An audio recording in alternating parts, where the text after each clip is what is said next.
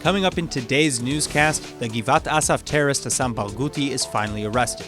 Turkish President Erdogan pushes back against the United States' conditions for withdrawing from Syria, and a new study from Tel Aviv University finds that flowers can apparently hear bees.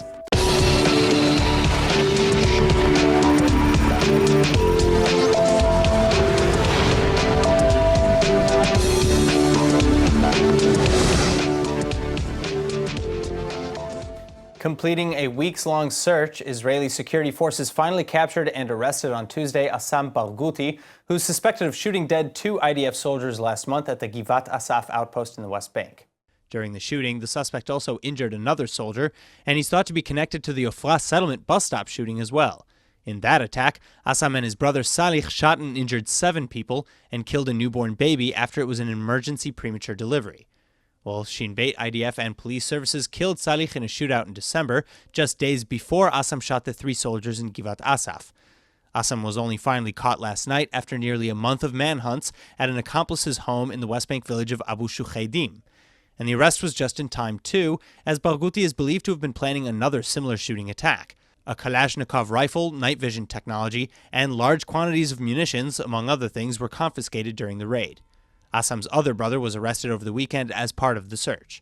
Former Defense Minister Avigdor Lieberman and Prime Minister Netanyahu, among others, all praised the arrest operations, with Netanyahu reiterating in his statement that the long hand of Israel will reach all those who harm Israeli citizens and bring them to justice. And the fact that Barghouti was captured alive has also been lauded as evidence of the Israeli security apparatus's ability. However, Ilanit Mor Yosef, the mother of Yuval Mor Yosef, who was one of the 2 IDF soldiers murdered in Givat Assaf, took a different tone. She told Army Radio in an interview that Barghouti, quote, had no right to be caught alive, end quote, adding that he had already been released from prison and was involved in the Ofra shooting, yet nothing has been done against him and his family. She said Israel must destroy his and all his collaborators' houses, as promised by Israeli policy. Israeli Prime Minister Benjamin Netanyahu demanded Monday night a confrontation with the state's witnesses in the corruption cases against him. In a live televised address, Netanyahu said that he had twice asked to meet with the witnesses, but was denied the request, and so he was demanding once again in a public forum. Additionally, the Prime Minister said that law enforcement was refusing to question key witnesses that could exonerate him, adding again that he is certain of his innocence and that these cases are part of a left-wing attempt to oust him.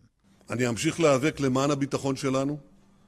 אני אמשיך בעשייה האדירה הזאת שהופכת את ישראל לכוח עולה בעולם. אני אמשיך לדרוש צדק ואמת, ואני דורש את העימות עם עדי המדינה עכשיו. ממה יש להם לפחד? מה יש להם להסתיר?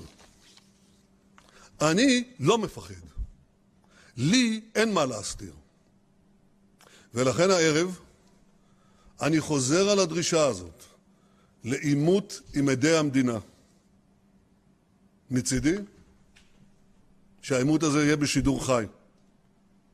שהציבור יראה הכל, ישמע הכל. Now, the address was also announced 3 hours prior to the main news cycle with promise of a special and dramatic revelation. However, as Israel's main news channels devoted the top slot of their broadcast to Netanyahu, his address fell very short of expectations. Media analysts and politicians criticized him for using the platform to give a campaign speech, and Channel 10 News even cut out of the announcement mid-speech, moving on to other scheduled headlines. Opposition leader Sheli Yachimovich also blasted the prime minister, saying, "We witnessed a cynical and lame election show by someone who tries with all his might to escape justice." And meanwhile, the Justice Department has responded to Netanyahu's criticisms, saying in a statement that the investigations were conducted professionally and thoroughly, adding that it was inappropriate to discuss the investigative activities and testimonies in the media. Turkish President Tayyip Erdogan on Tuesday harshly criticized statements made by the United States National Security Advisor John Bolton while he was in Israel to meet with Prime Minister Benjamin Netanyahu. Bolton announced an added condition to the American troop withdrawal from Syria, whereby Turkey must agree to protect the Kurdish YPG militia, which fought beside the United States as allies against ISIS. And then Bolton today met with his Turkish counterpart, Ibrahim Kalin, to discuss the withdrawal further. But Turkey views the YPG as a terrorist organization, and Erdogan is not taking the condition lightly. Bolton'un İsrail'den verdiği mesajı bizim kabullenmemiz, bunu yutmamız mümkün değil. Ve bu konuyla ilgili olarak John Bolton çok ciddi bir yanlış yapmıştır. Kim bu şekilde düşünüyorsa onlar da yanlış içerisindedir. Ve bizim bu noktada asla taviz vermemiz mümkün değil ve Suriye'deki terör koridoru içerisinde yer alanlar bir defa gerekli olan dersi alacaklardır. Bizim için YPG ile, PYD ile, PKK ile, DAEŞ'in arasında en ufak bir fark yoktur. Yesterday, in an op-ed in the New York Times, Erdogan wrote that Trump, quote, made the right call to withdraw from Syria. However, he added that the withdrawal must be planned carefully and performed in cooperation with the right partners to protect the interests of the United States, the international community, and the Syrian people. Biz Sayın Başkan'la vardığımız anlaşma gereğince Suriye'de hala faaliyet gösteren DAEŞ unsurlarına yönelik bir askeri harekat için hazırlıklarımızı büyük ölçüde tamamladık. Aynı şekilde DAEŞ'le birlikte PYD, YPG gibi bu terör örgütlerine yönelik de adımlarımızı atmakta kararlıyız. Çok yakında Suriye topraklarındaki bu terör örgütlerini etkisiz hale getirmek üzere harekete geçeceğiz. He added that Turkey, which has NATO's second largest standing army, is the only country with the power and commitment to perform that task. Joining us now via Skype with more on Turkish President Erdogan and the United States' withdrawal from Syria, it's my pleasure to introduce Dr. Alon Liel of the Program for Conflict Resolution at Tel Aviv University and a former ambassador and director general of the Israeli Foreign Ministry. Dr. Liel, thank you very much for joining us. Thank you for having me. Okay, now, do you find it more likely that A, the United States pulls out regardless of the Kurds' safety, B, the United States sanctions Turkey somehow into complying with their demands, or C, the United States withdraws its plan to withdraw from Syria? We are dealing here with two leaders, Trump and Erdogan. For both, it's very important to prove that they take the decisions. And they are the only ones to take the decisions. And I think that both of them are going to stick to their phone conversation they had about 2.5 weeks ago and will not let the officials change their understanding. So I think the United States is going to pull out of Syria, even if it will be relatively slow. I think Turkey will come in. Turkey will be cautious with what it will do with the Kurds.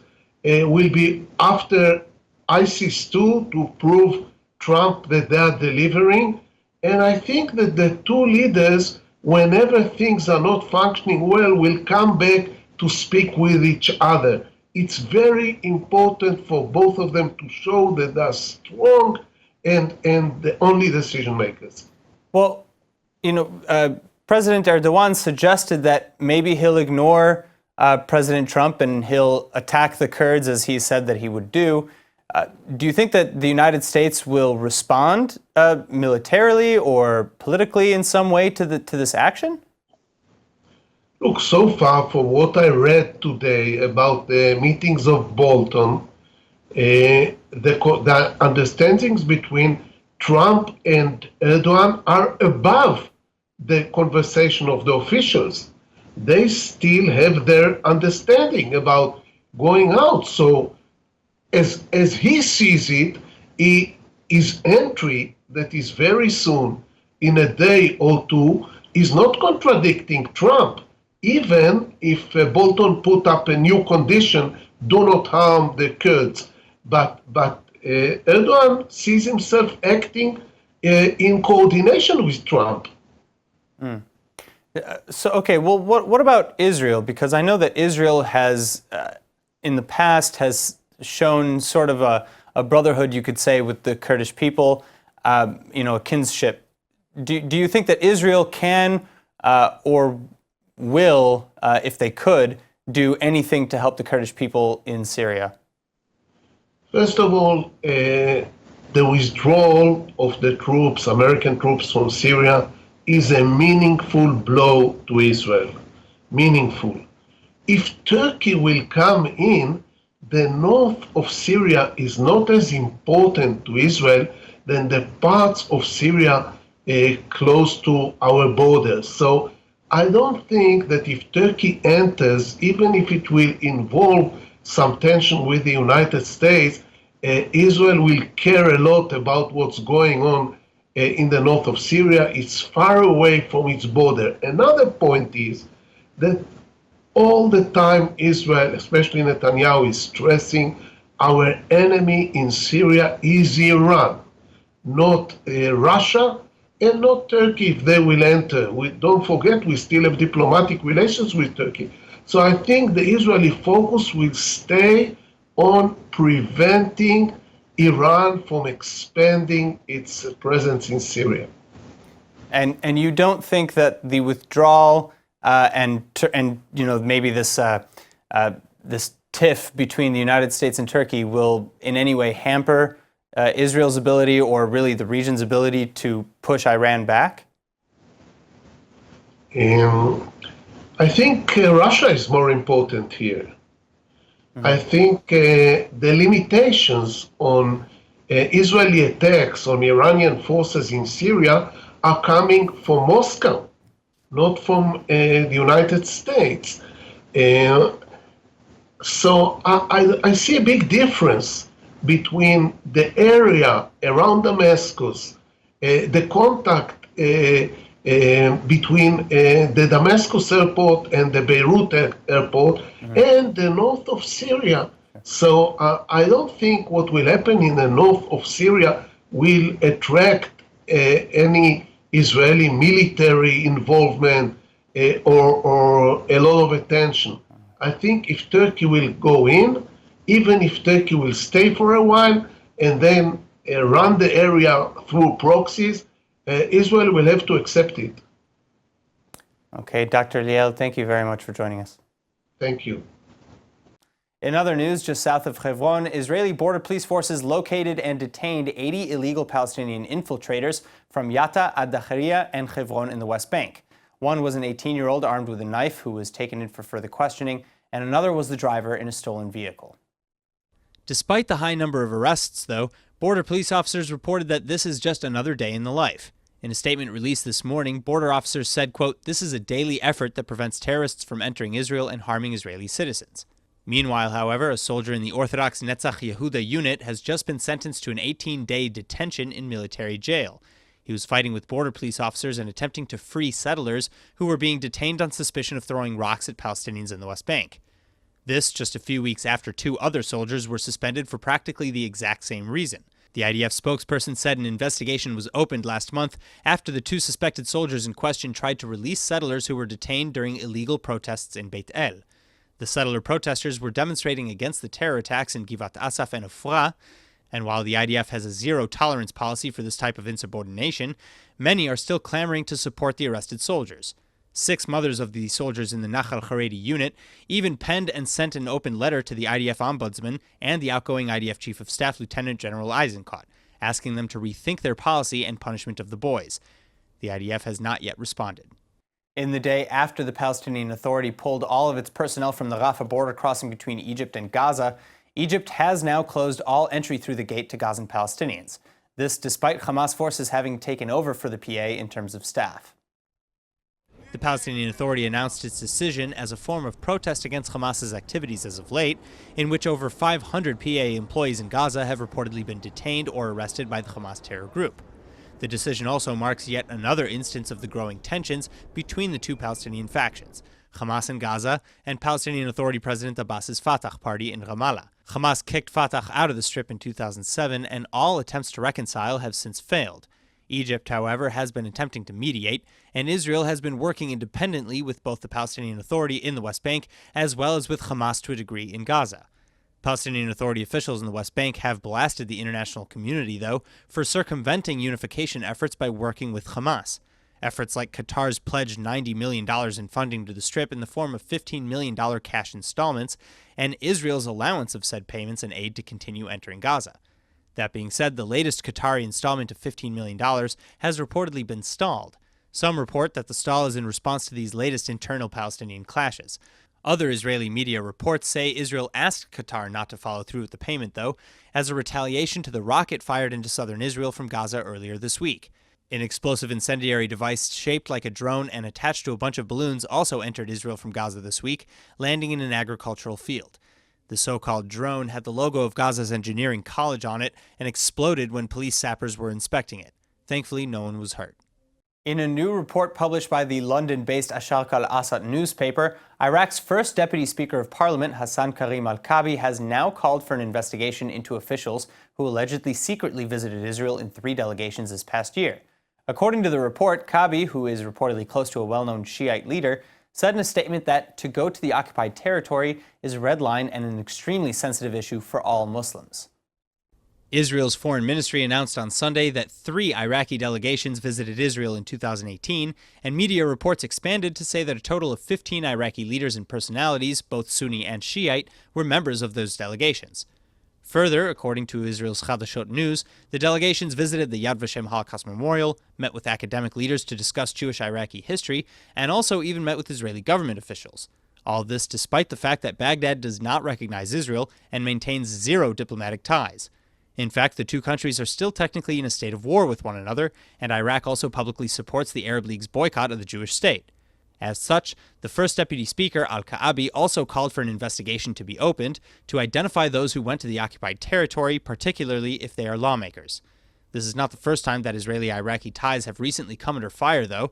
In 2017, at the Miss Universe pageant, the Iraqi contestant Sarah Idan caused an uproar when she posed for a selfie with the Miss Israel contestant, forcing her family in Iraq to have to flee the country. Idan, however, fought back against critics and even later visited Israel in June in a tour that she documented on social media this past year. Tragic news came out on Monday morning in Israel, relaying the news that the young soldier, Sergeant Eviatar Yosefi of the Paratroopers Brigade Reconnaissance Battalion, had drowned in northern Israel. The 20-year-old Yosefi was swept away by the heavy currents of the Chilazon River and was only found an hour and a half later, some 100 meters downstream. He was pronounced dead en route to the hospital. The mission was a solo navigation exercise beginning on Sunday evening, but at around 5 a.m. on Monday, on the way to the rendezvous point, Yosefi and another soldier who was with him were tasked with crossing the Chilazon River. The problem was that the Chilazon had heavily flooded from recent rainfall, swelling to about a meter in depth of dangerously paced water. Well, the other soldier was able to cross, but Sergeant Yosefi tripped and was carried away. All attempts to reach him by rope also ended in failure. Following the incident, the exercise was halted and an investigation was initiated. Yosefi was put to rest in the military section of Tel Aviv's Kiryat Shaul cemetery and was posthumously promoted to from the rank of corporal. He's described by family and friends as easy to love, helpful, well-mannered, and with a permanent smile. Former defense minister, foreign minister, and designer of the all-Israeli Lviv fighter jet, Moshe Arens, passed away in his home on Savion at the age of 93 on Sunday. Arens was born in Lithuania and moved to New York with his family at the age of 14. And then during World War II, he enlisted in the U.S. Army, after which he immigrated to Israel in 1948 when the state was just established. And later, he joined the late Prime Minister Menachem Begin in founding the Cherut Party, a forerunner of today's Likud. He served for nearly a decade as Deputy Director General of the Israeli Aircraft Industries, where he established one of the best fighter aircraft design departments in the world. Then in 1973, Arens really turned to politics, running for the Knesset on the newly established Likud list. Just a decade later, in 1983, Arens was appointed to the first of his 3 stints as defense minister, the last being in 1999. Finally, before his eventual retirement from politics, Arens had managed to serve as ambassador to Washington, where Benjamin Netanyahu served on his staff. לפני כמה שבועות ביקרתי אותו בביתו. הוא היה צלול, חד קטר, מופלא בהדרו, מופלא באצילות נפשו. היה שלום מישה, נעמת לי מאוד, אהבתי אליך, כאהבת בן את אביו. Arens, described as a hawk, voted against the Camp David Accords, which Begin signed with Egyptian President Anwar Sadat, maintaining that Israel should not have withdrawn from Sinai. He also criticized Israel's acquisition of the United States' F-35 stealth plane at the expense of more useful weapons. He is survived by his wife Muriel, 4 children, numerous grandchildren, and great-grandchild. A new poll has just been released, revealing that over half of the Israeli public believes that the African asylum seekers in the country should be able to stay in Israel until a deal is made for their resettlement. Today, there are around 35,000 asylum seekers residing in Israel, and the new survey by the Center for International Migration and Integration, known as CIMI, says that about 30% of respondents believe these refugees should be able to stay in Israel until their asylum applications are processed. If approved, the respondents then believe that the asylum seekers should either be relocated or given suitable employment. Around 22% of the survey's participants, however, are in favor of the former deal with the United Nations High Commissioner on Refugees, which would allow half the asylum seekers to remain in the country, as long as the other half are resettled in Western nations. This agreement was already previously canceled, though, under pressure from right-wing parties in the coalition. Finally, only 20 to 28% of the respondents believe that the asylum seekers should be deported. Now, CIMI plans on continuing the survey in the years to come as a means of understanding how the opinions of Israeli society on the matter are changing. And in the past, the organization has worked with the Israeli Immigration Authority to arrange bilateral labor agreements with countries like Thailand, Romania, and the Ukraine. These agreements have fostered the arrival of migrant workers to Israel, and a similar deal is currently being created with the Philippines. But today, most migrant workers are forced to pay high agency fees to be able to access employment in Israel because of the lack of such agreements. That being said, according to the survey, most Israelis do not consider asylum seekers and migrant workers to be threats to their own employment. Rwandair, the national airline of Rwanda, will now launch a new direct route from the country's capital Kigali to Tel Aviv. This after Israeli Transport Minister Israel Katz and Rwandan Ambassador Joseph Rutbana signed an aviation agreement yesterday between the two countries. Rutbana tweeted about the announcement, saying that he was honored to have signed the bilateral air service agreement with Katz, calling it an important step for Rwandair to operate direct flights to Ben Gurion International Airport. And according to the agreement, each country will be able to operate up to 7 scheduled flights per week between Ben Gurion and Kigali. Relations between Israel and Rwanda have historically been rocky, though. The two nations established diplomatic relations shortly after the establishment of the African state, but Rwanda broke diplomatic ties with Israel in 1973 during the Yom Kippur War. Ties were eventually reestablished in the 1990s with an ambassador sent to Israel. But to date, Rwanda still does not have an embassy in Israel. That being said, in other news, amid the warming ties between Israel and African countries, last September, Prime Minister Benjamin Netanyahu and Rwandan President Paul Kagame agreed to officially open embassies in each other's countries. The two leaders met on the sidelines of the United Nations General Assembly to discuss regional issues and Israel's growing diplomacy in the continent. It seems gardeners who talk to their plants may now actually have a lot more legitimate reason to do so, as a new study from Tel Aviv University finds that flowers not only hear the buzz of approaching bees, but respond to the sound by producing sweeter nectar. This in turn entices bees to return more often, thereby increasing the chances of that flower's pollen being distributed for reproduction. Now, the Israeli scientists used the Onotherodrumundi flowers, known commonly as evening primroses, and exposed them to a playback sound of a flying bee, as well as to synthetic sound signals at similar frequencies. And they found that the flowers produced sweeter nectar within 3 minutes of hearing the sounds. The researchers say that the flowers vibrated mechanically in response to the audio stimuli as well, suggesting that the flower petals acted as the plant's auditory sensory organ. The researchers, however, also found that human-made sounds have the ability to negatively affect this natural mechanism. Much more still needs to be researched, though. Still, the results are very promising for many applications, and the study was published on the BioRxiv website, with the researchers adding that our results document for the first time that plants can rapidly respond to pollinator sounds in an ecologically relevant way. And now for our Hebrew word of the day, Tel Aviv University researchers recently revealed that our flowers can sense a lot more than we think in their efforts to pollinate. So today's word is lehavik, meaning to pollinate. Now, simply put, ha'avaka, or pollination, occurs when pollen or avka from one plant gets into another. And how this happens varies widely from species to species. But for most of our food crops and plants on Earth, bees and other insects are essential to lehavik, or pollinate. So remember that bees are our friends. Maybe plant some flowers for them to rest on and eat from. After all, without them, there is no us. Now let's go ahead and take a look at the weather forecast. Tonight should be cold and rainy with a low of about 52 or 11 degrees Celsius. Then tomorrow should also have some light rains and a slight drop in temperatures to a high of 58 or 14 degrees Celsius. That's it for today's news. Today's exchange rate is 3.70 shekels to the American dollar. Remember to sign up for our daily newsletter at iltv.tv, and don't forget to follow us on Facebook at Israel English News and on Twitter at ILTV News. I'm Aaron Porras. Thank you for watching.